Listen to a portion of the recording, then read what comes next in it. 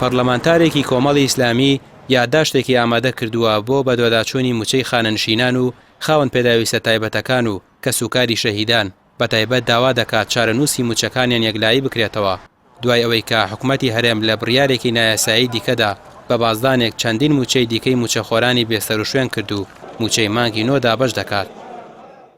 ئێمەمانەوێت بەندە لە ڕێگەی ئەو یادداشتەوە ئەمەیە بە دوواداچوون کەم بۆ چارەنووسی موچەی ئەو سێچین و توێژە ڕاستە موچە بۆ هەر هەمومان گرنگە، بۆ هەموو کارمەندێک، بۆ هەموو مۆزەفێک، بۆ وڵات، بۆ بژێوی ژیان،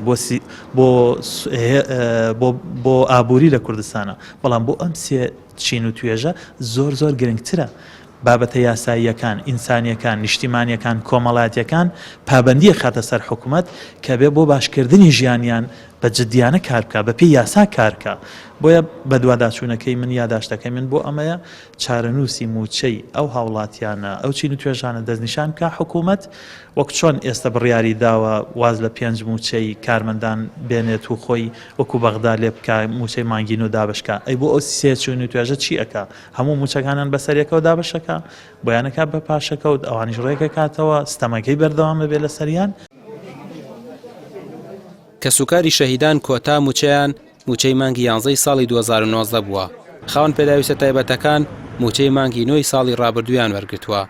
هەرچی خانەنشینانیشە موچەی مانگی 6 ساڵی ڕابردوویان وەرگرتووە. بەشێک لەم چین و توێژانە داوا دەکەن حکومەت یاری بە هەست و ژیان و مافەکانیان نەکات. ئەوان شایستەن بە ژیانێکی زۆر باشتر و پێویستە لەسەر حکومەت ڕێز لە خواستەکانیان بگرێت، نەوەک لە هەر قەیرانێکدا ڕاستەخۆ دەست بۆ قوت و مافە سەرەتاییەکانی ئەوان ببات. من هەر لە سەرەتاوە ڕامگەیانە بوو ئەمە جۆرێکە لە نەهامەتی، یعنی ئەم چاکسازی کە برا گەورە کردوێتی بە ناوی چاکسازی لە پەرلەمان و لە حکوومەتەوە موچەی 5 مانگی خەڵکیەوە لە جێوە خوارد.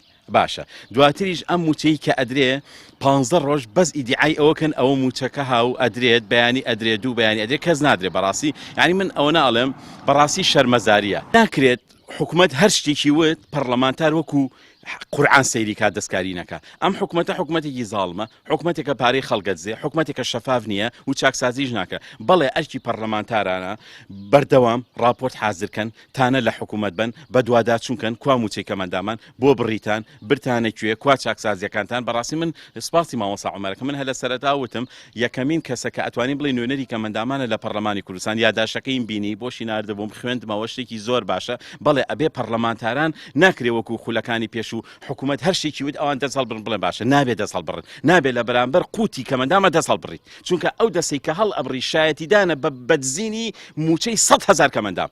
بەڕاستی ئەم میلەتە چاوەڕێ بوو لە حکوومەتی هەرێمی کوردستان بە تایبەتی ئەم کابینەی کاک مەسرور بەرزانی کە خزمەت بە هاوڵاتیان کا لە بەڵەوەی هاوڵاتیان پێویستیان بە ژیانە بژێویان جێبەجێ بکرێ بەداخەوە مانگانە موچە کات لە دوای کات زیاتر دواکەوێ بەگشتی موچەی فەرمانبەرانەوە بە تایبەتی ئێمە کە ئەتوانین قسە لە موچەی خانەنشینان بکەین.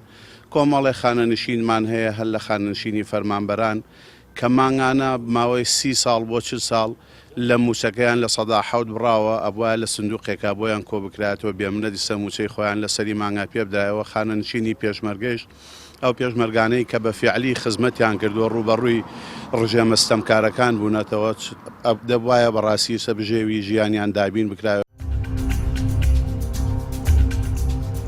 ئەوانەی بانگەشەی دەوڵەتی سربەخۆ جیابوونەوە لە عێراقیان دەکرد ئێستا چاوەڕێی دەستی بەغدان تا موچەیان بۆ بنێرێت و بەسەر خەڵکدا دابەشی بکەن.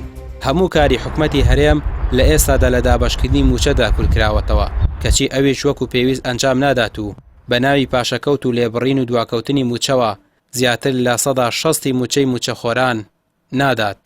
ڕامیار عوسمان، کەناڵی پەیام، سلێمانی.